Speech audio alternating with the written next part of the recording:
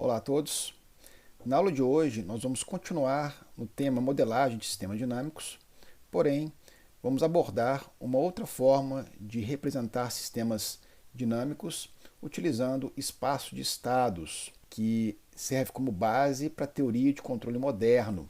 Então nessa primeira parte vamos falar sobre as definições, o que são variáveis de estado, como que a gente representa matematicamente e vamos resolver um exemplo mostrando como devemos modelar sistemas utilizando espaço de estados, que agora será realizada no domínio do tempo.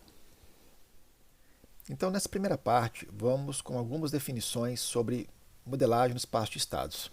A primeira delas é definir as variáveis de estado, que são, na realidade, o conjunto dessas variáveis capaz de determinar o estado de um sistema dinâmico. Então, se eu tenho as variáveis de estado e eu sei o que está entrando nessas variáveis, a gente consegue determinar completamente o comportamento desse sistema. Então, as variáveis de estado elas podem ser variáveis físicas, por exemplo, uma posição, uma temperatura, uma velocidade, uma aceleração.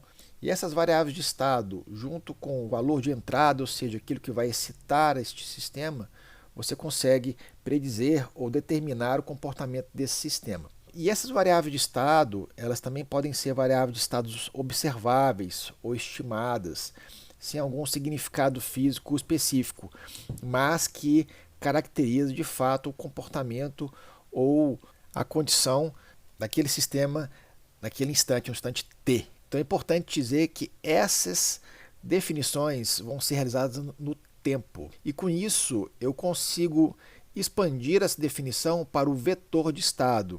O que é o vetor de estado? Aqui nós vamos representar como sendo x de t.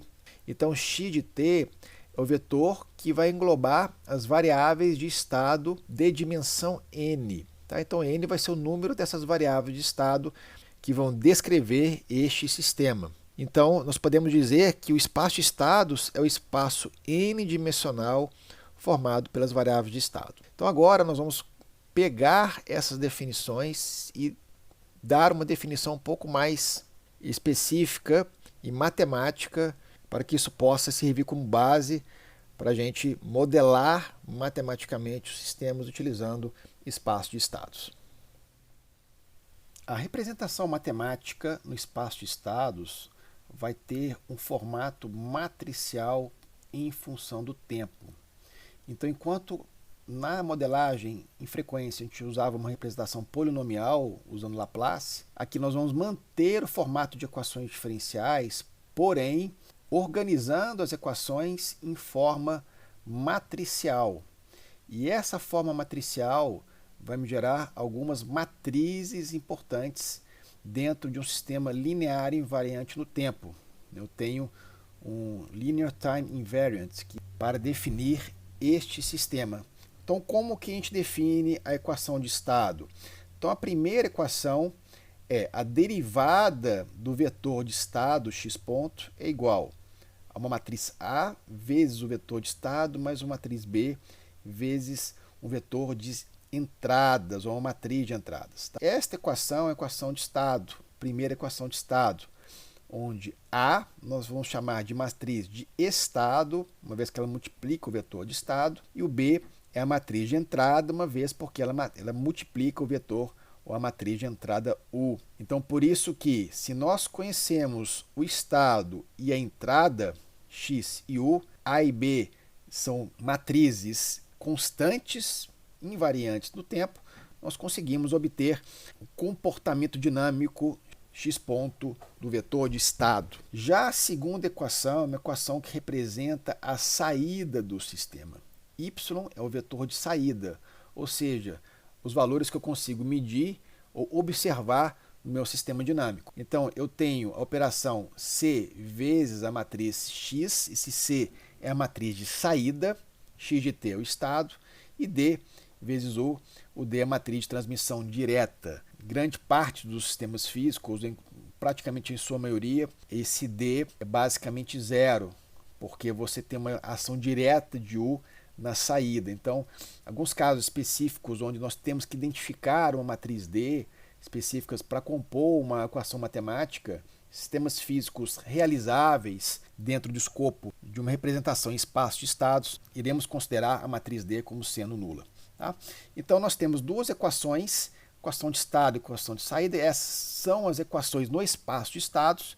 E eu tenho as matrizes do sistema A, B, C e D, são as matrizes que vão caracterizar essa representação. E, obviamente, estão ligados aos parâmetros do processo. Na representação frequencial, esses parâmetros estavam ligados ao polinômio em S, e agora a gente vai estar ligado à representação matricial. Isso aqui, gente, é muito importante, pois as representações em espaço de estados, elas permitem trabalhar com sistemas multivariáveis e até com sistemas não lineares, em uma representação derivada dessa, sempre com x ponto é igual a uma função dependente do estado e da entrada. Então, uma grande vantagem de trabalhar com equações no espaço de estados é a possibilidade de trabalhar com sistemas multivariáveis, análise de controle, sistema de controle ótimo, controle preditivo e uma série de aplicações mais avançadas que são características da teoria de controle moderno. Então agora nós vamos fazer um exemplo para ilustrar como que nós pegamos um sistema físico e transformamos ele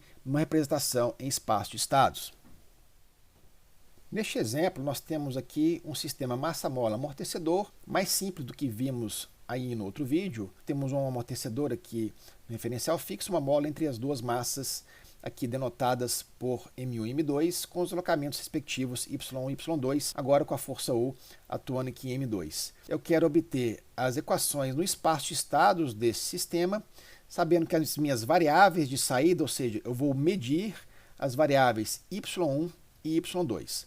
Então vamos agora levantar as equações diferenciais e a partir disso saber como que a gente modela matematicamente no sistema matricial uma modelagem no espaço de estados. Vamos agora escrever as equações diferenciais do movimento para a massa 1 e para a massa 2. Então, primeiro para a massa 1, vou fazer direto aqui a equação, partindo do mesmo processo para a montagem das forças e desenvolvimento aqui das equações de dinâmica, utilizando a segunda lei de Newton. Eu vou ter para a massa número 1, menos B, que multiplica Y1 ponto, que é a força deste amortecedor, e a força da mola vai ser menos K, que multiplica Y1 menos Y2. Isso aqui deve ser igual a massa vezes a aceleração, Y1, 2 pontos. Agora, para a massa número 2, eu vou ter duas forças, a força U e a força da mola. Então, aqui eu vou ter menos K, agora Y2, menos Y1, mais U é igual a M, Y2, 2 pontos. Aqui é M2, aqui é M1. Então a primeira coisa que a gente vai fazer das duas equações, equação de estado e de saída, nós vamos representar a equação de estado. Esta equação de estado, como a gente viu no último slide, é definida como o quê? X ponto de t é igual a AX de t mais BU de t, onde x é o vetor de estado, U é a entrada, minha entrada aqui vai ser justamente a minha excitação, U. A e B serão as matrizes de estado de entrada e x ponto vai ser a minha taxa de variação do estado. Então, como que eu passo um sistema aqui com duas equações diferenciais para esse sistema que é matricial?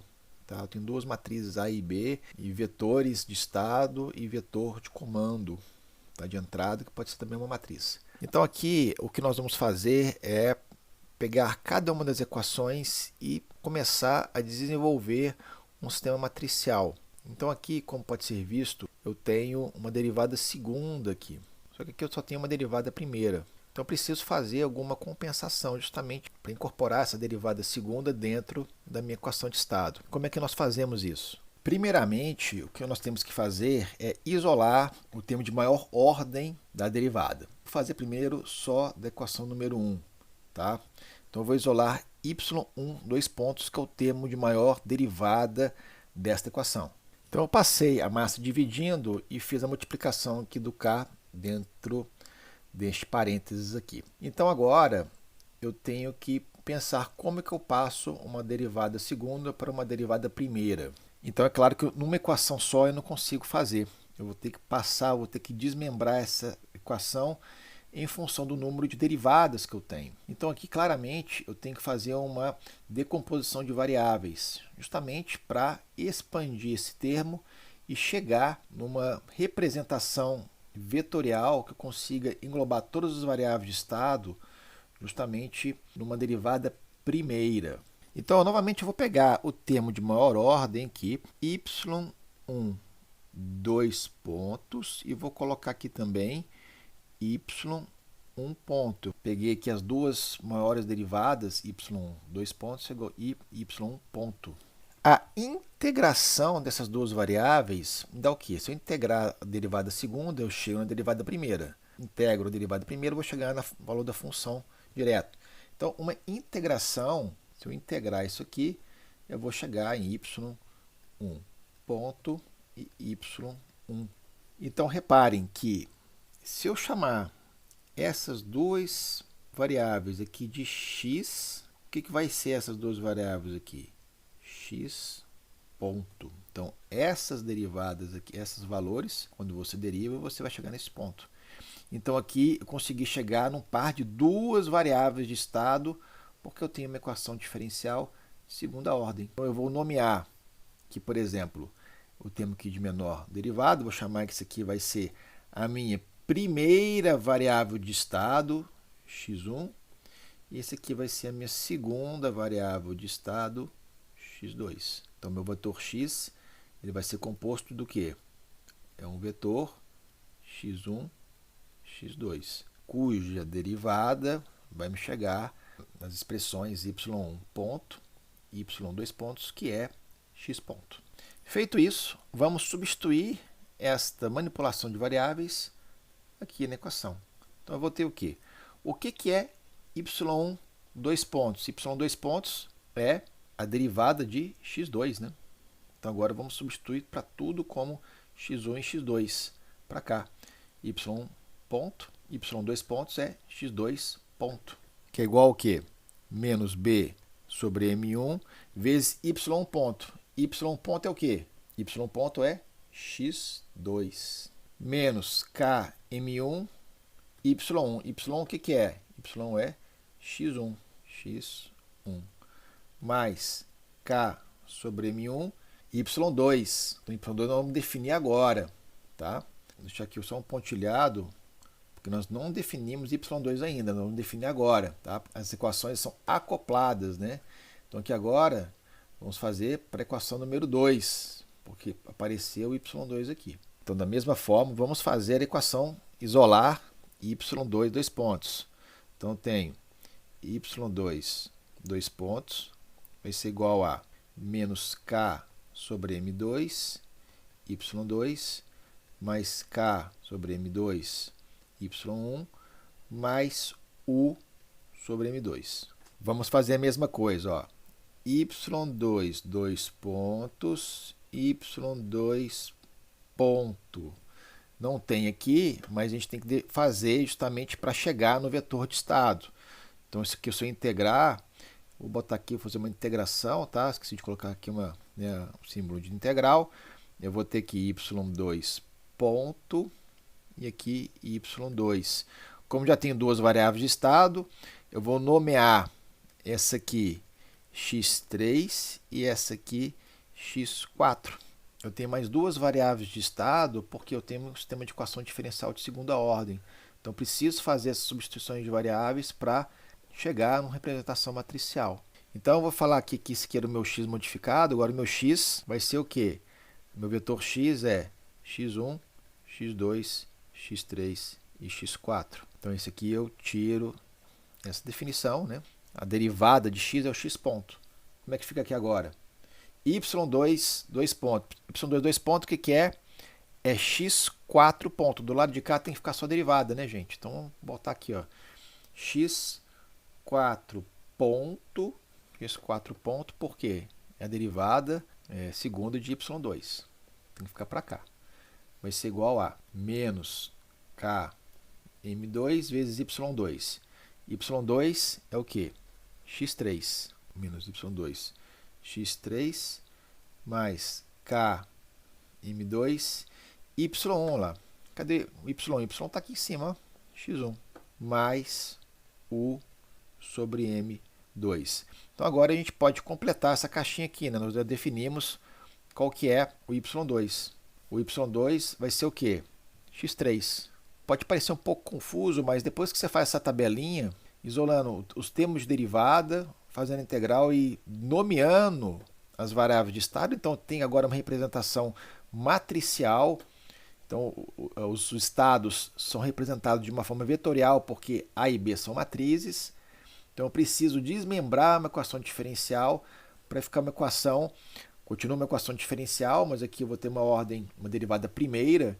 Então, eu tenho que fazer as substituições de variáveis obrigatoriamente decompondo o sistema, né, fazendo isso aqui, obviamente, uma cadeia de integração. Isso aqui é uma integração. Então, quando eu faço uma integração, eu consigo relacionar os termos até chegar no termo de derivada primeira, que seria essa equação e essa equação. Então, agora, como é que a gente monta as matrizes A e B? É o que nós vamos fazer agora.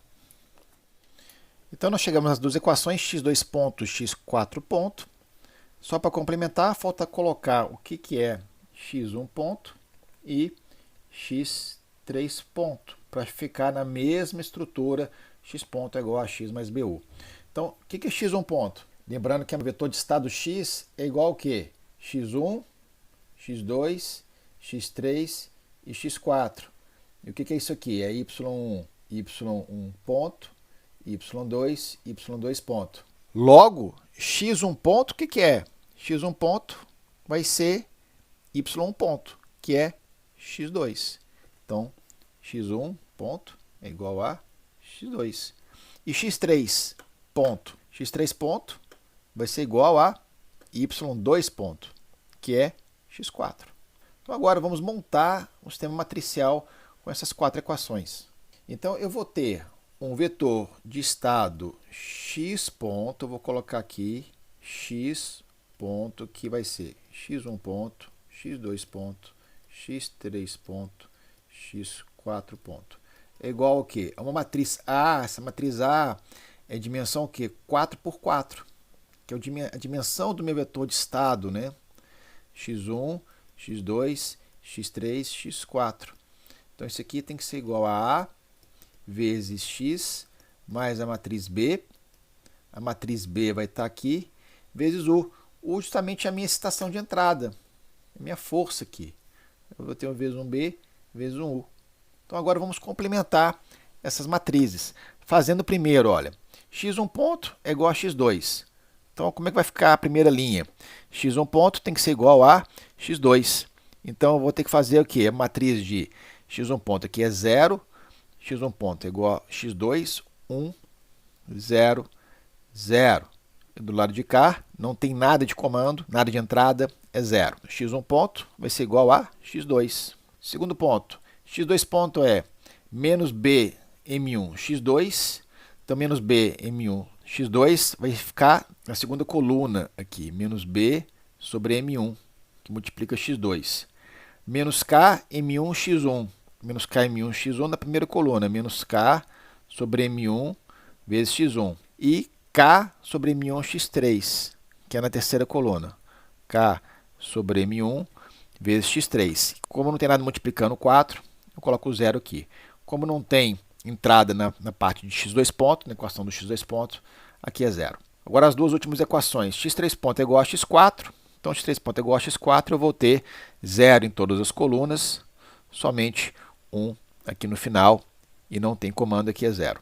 x4 ponto eu vou ter o quê? Menos k sobre m2, menos k sobre m2 na terceira coluna, menos k sobre m2, e k sobre m2 x1. K sobre m2 na primeira coluna, não tenho nada que multiplica x2, não tenho nada que multiplica x4, e atenção agora, eu tenho um termo que multiplica aqui em u, que é 1 sobre a massa 2.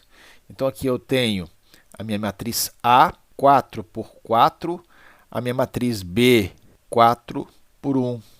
Acabou sendo um vetor. E o meu vetor de estado é um vetor de dimensão 4. Tá? Eu tenho 4 estados.